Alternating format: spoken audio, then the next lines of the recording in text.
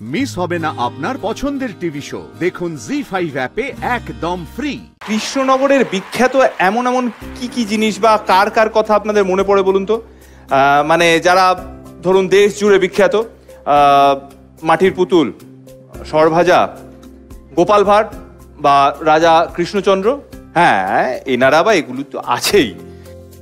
আরও একজন আছেন যার নাম কৃষ্ণনগর থেকে শুরু করে দেশ বিদেশে ছড়িয়ে পড়েছিল, যার কাজ, যার সিনেমা জায়গা করে নিয়েছিল আপামর জনসাধারণের হৃদয়ে। তিনি আর কেউ নন, কিংবদন্তি সৌমিত্র চট্টোপাধ্যায়।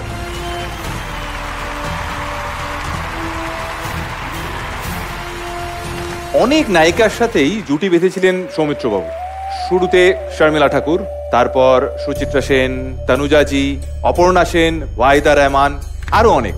তবে একটা মজার গল্প বলি। সিনেমা করার আগে থেকেই সৌমিত্র চট্টোপাধ্যায়ের সিনেমা দেখেছিলেন অপর্ণা সেন এবং মনে মনে বেশ পছন্দও করতেন। পাগল ফ্যান বলতে পারেন, বা আজকের দিনে অনেকে আবার বলেন ক্রাশ টাশ ইত্যাদি, ওই জাতীয় আর কি।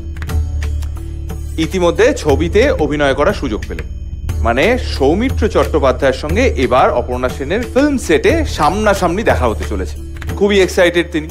কিন্তু সবাইকে যেহেতু ওনার একটা কাকু বা কাকা বলার অভ্যেস ছিল, সৌমিত্র বাবুকেও প্রথম দেখাতে উনি সৌমিত্র কাকু বলে ফেলেন। ব্যাস, আর যায় কোথায়। এরপর অবশ্য কাকু থেকে তাদের মধ্যে তৈরি হয়েছিল বন্ধুত্বের সম্পর্ক। তারা একসঙ্গে করেছেন বেশ কয়েকটি ছবি। তাদের জুটি মনে জায়গা করে নিয়েছিল আমাদের সকলে। একটা গল্প আছে যে ছোটবেলায় একবার সৌমিত্র চট্টোপাধ্যায় তার বাবার কাছে খুব আবদার করেছিলেন যে এই জামাটা আমার খুব পছন্দ হয়েছে, আমাকে এটা যদি কিনে দাও। তো বাবা বলেছিলেন ওনাকে যে তুমি জীবনে এমন কিছু করো যাতে মানুষ তোমার জামার দিকে শুধু নয় তোমার দিকে তাকিয়ে থাকে।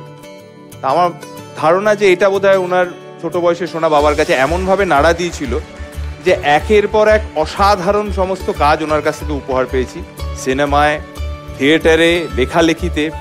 মজার বিষয় হচ্ছে এই সৌমিত্র চট্টোপাধ্যায়ের হাত ধরে কিন্তু পরবর্তীকালে এক সময় বাঙালি স্টাইল স্টেটমেন্ট চেঞ্জ হয়ে যায়। ধুতি পাঞ্জাবি, বাংলা শার্ট, ধুতি ইত্যাদি থেকে বেরিয়ে এসে পাঞ্জাবির সঙ্গে ট্রাউজার পরার যে কায়দা, সেইটা কিন্তু আমার মনে হয় সৌমিত্র চট্টোপাধ্যায়ের মাধ্যমেই শুরু হয়। সোনার কেল্লার ফেলুদা হোক বা অরণ্যর দিনরাত্রি হোক, সেখানে কিন্তু আমরা এই নতুন একটা স্টাইল স্টেটমেন্ট পেলাম যে পাঞ্জাবির সঙ্গে প্যান্ট বা ট্রাউজার সেটা পরা।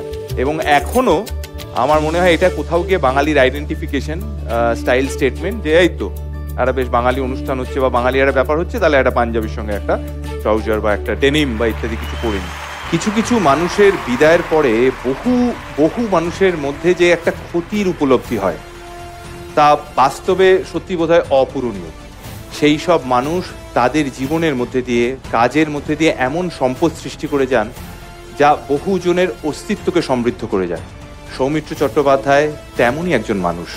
তার জন্মদিনে তাকে আরও একবার স্মরণ করে সকলকে জানাই শুভরাত্রি। জি5 ডাউনলোড করুন আর সব এপিসোড দেখুন একদম ফ্রি।